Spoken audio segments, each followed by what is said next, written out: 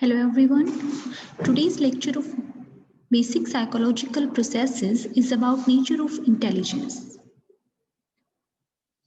The word intelligence is derived from the Latin verb intelligere, which means understanding.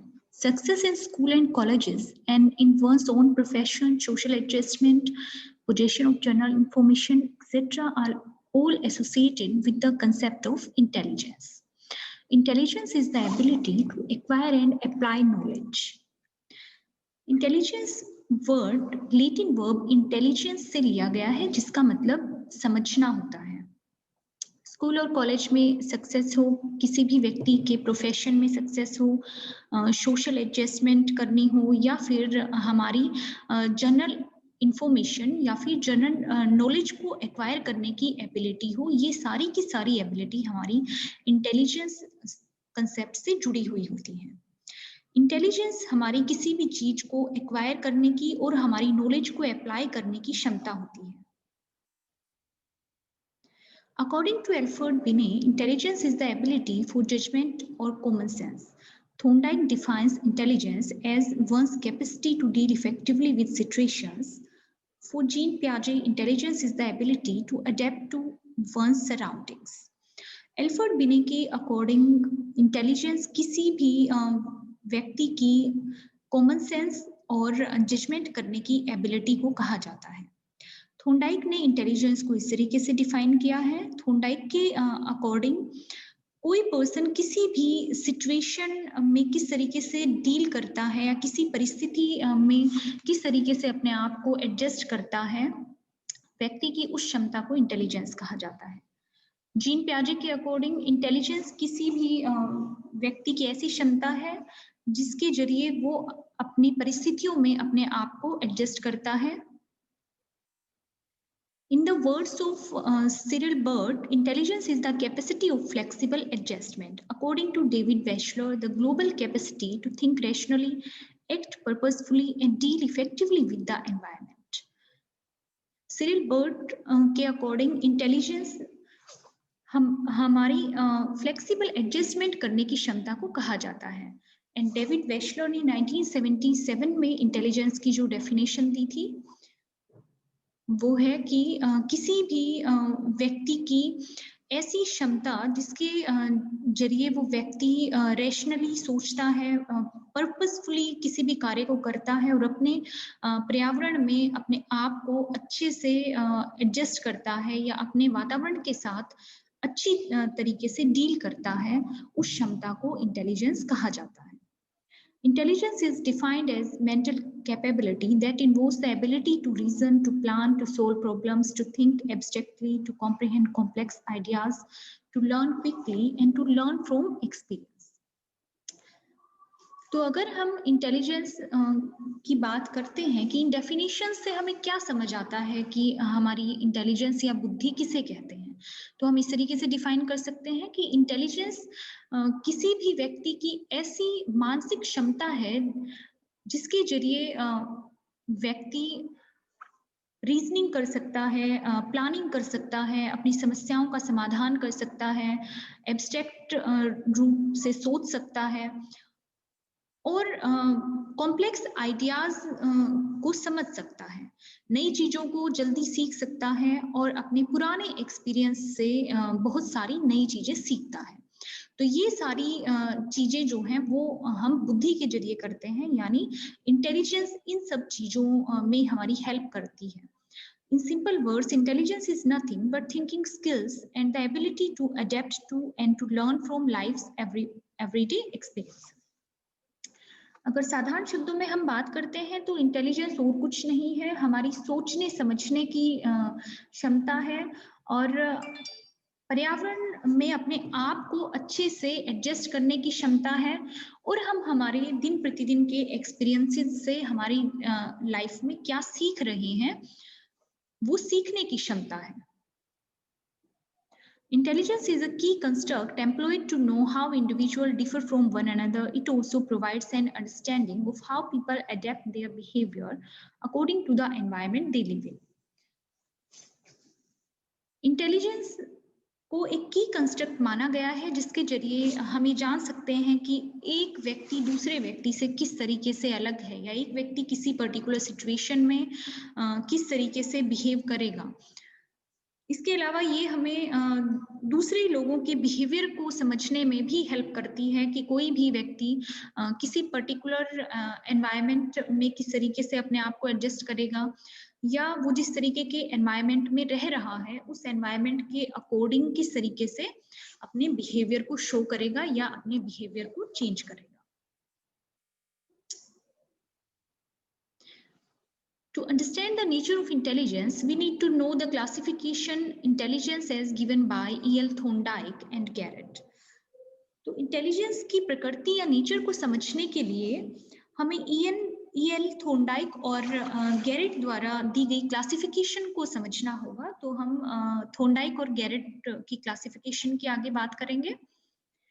Thorndike और Garrett ने 3 type की intelligence के रूप में इंटेलिजेंस को बांटा था। तो फर्स्ट है concrete intelligence. It is the ability of an individual to comprehend actual situations and to react to them adequately. Concrete intelligence किसी भी व्यक्ति की ऐसी क्षमता होती है जिसमें वो व्यक्ति एक्चुअल सिचुएशन को समझता है और सिचुएशन के अकॉर्डिंग रिएक्ट करता है या व्यवहार करता है। The concrete intelligence is evident from various activities of daily life. This type of intelligence is applicable when the individual is handling concrete objects or medicines. Engineers, mechanics, and architects have this type of intelligence. Concrete intelligence हम daily life में हमारी daily activities में बहुत ज़्यादा use करते हैं, और concrete intelligence को जनरली जितनी भी मूर्त वस्तुएं होती हैं या कंक्रीट ऑब्जेक्ट्स होती हैं उनको हैंडल करने के लिए हम यूज करते हैं।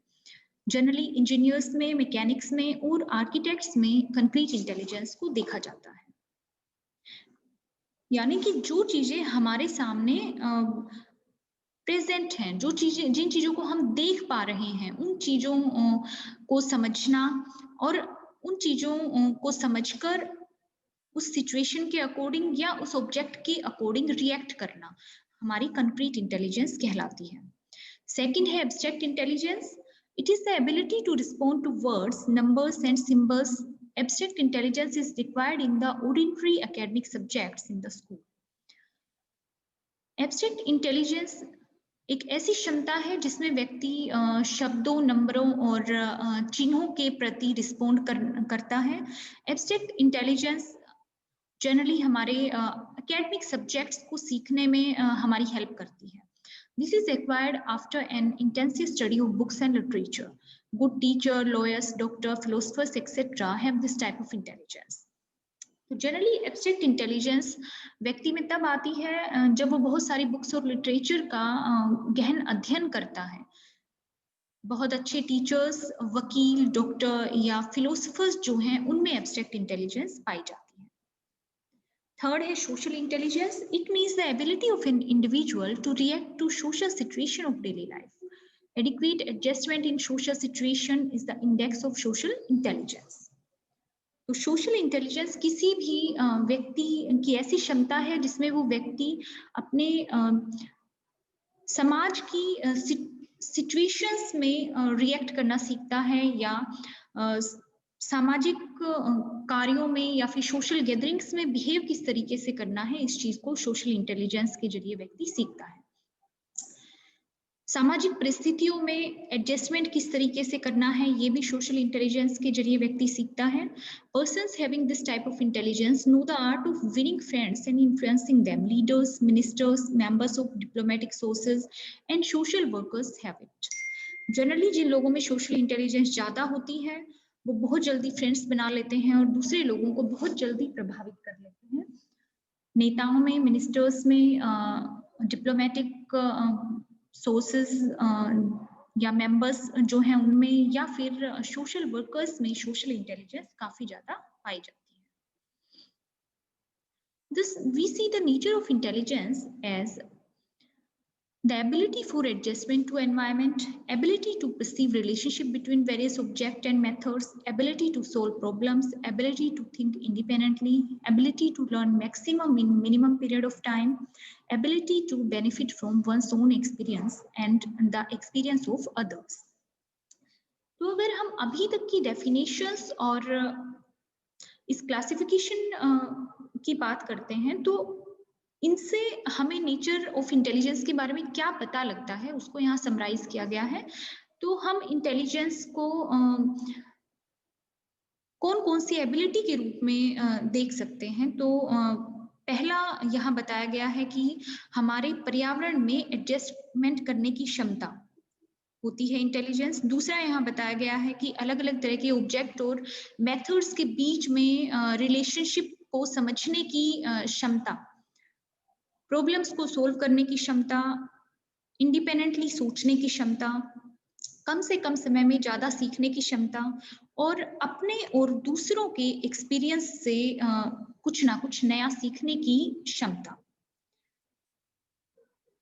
Characteristic of intelligence. The main features of intelligence are as follows. Intelligence is an innate natural endowment of the child. It helps the children in maximum learning in minimum period of time. The child is able to foresee the future and plan accordingly. The child is able to take advantage of his previous experiences, and the child faces the future with compliance.